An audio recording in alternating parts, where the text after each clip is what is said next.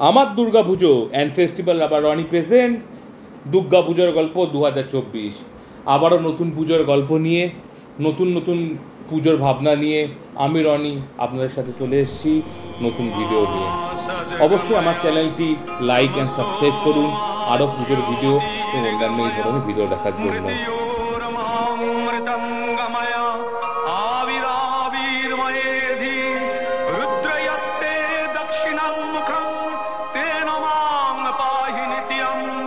रुद्रयत्ते दक्षिणं मुखं तेन मां पाहि नित्यम्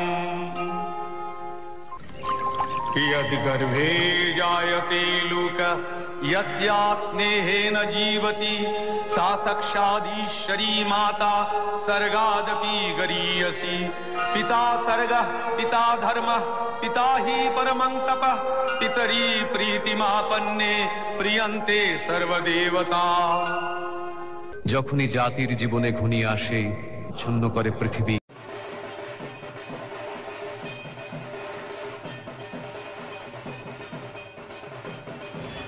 আমরা এখন পেয়ে গেছি নিউ গেট সার্বজনীন দুর্গোৎসব সমিতির সদস্যদের। আসুন জেনে নেওয়া যাক এবছর ৮০তম বর্ষে তাদের কি পরিকল্পনা রয়েছে। আপনারা একটু পরিকল্পনার কথা বলেন। এবারে আমাদের পুজোর ৮০তম বর্ষ। আপনারা জানেন শ্রীরামপুরের এটা অনেক প্রাচীন পুজো, ঐতিহ্যবাহী এই ৮০তম বর্ষে এবারে আমাদের বিষয় ভাবনা শিব ও শক্তির মহামিলন। শিব দুর্গার যে বিয়ের অনুষ্ঠান হয়েছিল সেই অনুষ্ঠানটাকে তুলে ধরা হবে আমাদের এই মণ্ডপে। তো হঠাৎ করে শিব শক্তির দিকেই বা আপনার গেলেন কেন?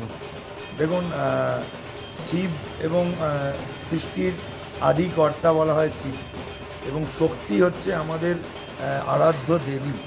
শক্তির উপাসনাই আমরা করি দুর্গাপুজোর সময়। তাই শিব এবং শক্তির মহামিলনের মাধ্যমে আমরা আমাদের পুজো কমিটি থেকে এই বার্তাই দিতে চাই যে পৃথিবীর প্রত্যেকটা জায়গায় শিব এবং শক্তি যে আদি এবং শক্তির যদি মিলন ঘটে সেক্ষেত্রে পৃথিবীতে শুভ সূচনা হবে, শুভ শক্তির উন্মেষ ঘটবে, শুভ চিন্তাভাবনার উন্মেষ ঘটবে। আপনাদের এবছর প্রতিমা নির্মাণ কে করছে? আমাদের এবারে প্রতিমা নির্মাণ করছেন সনদ দে। মণ্ডপ সজ্জায় কে রয়েছেন? মণ্ডপ সজ্জায় রয়েছেন রাজু দাস, আর তাকে সহযোগিতা করছেন ধারা ডেকোর। আর আলোকসজ্জায় কে রয়েছেন? আলোকসজ্জায় তোতাই রে। এছাড়াও কি আর অন্য কোনো কিছু চমক দেখতে পাবো আমরা? আমাদের উদ্বোধন আছে পঞ্চমীর দিন সন্ধ্যে ৭টার সময়, সেদিনকে সাংস্কৃতিক অনুষ্ঠান থাকছে। এবং পুজোয় আপনারা জানেন আমরা বিভিন্ন সমাজসেবামূলক কাজ সারা বছর ধরেই করি, তো সেই ধরনের সমাজসেবামূলক কিছু কাজও পাইছেন। আমি জানি সারা বছর ধরেই নিউ গেট সার্বজনীন দুর্গোৎসব সমিতি কোনো না কোনো সমাজ কল্যাণমূলক কাজ করে থাকে, এবং ব্লাড ডোনেশন ক্যাম্প থেকে শুরু করে নানা ধরনের কাজে এই সমিতি যুক্ত। শুধু এই কারণের কাজের জন্য নয়, পুজোর জন্য মানুষ এই ক্লাবকে ভালোভাবে চেনে, এবং শুধু শ্রীরামপুর নয়, হুগলি জেলাতেও এই ক্লাবের যথেষ্ট নাম রয়েছে।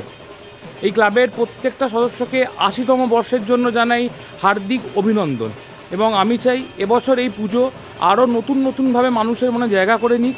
এই বলে আপনাদের প্রত্যেকের সাথে এখানেই সমাপ্ত করছে ভিডিওটি। প্রত্যেকে জানাই অসংখ্য ধন্যবাদ।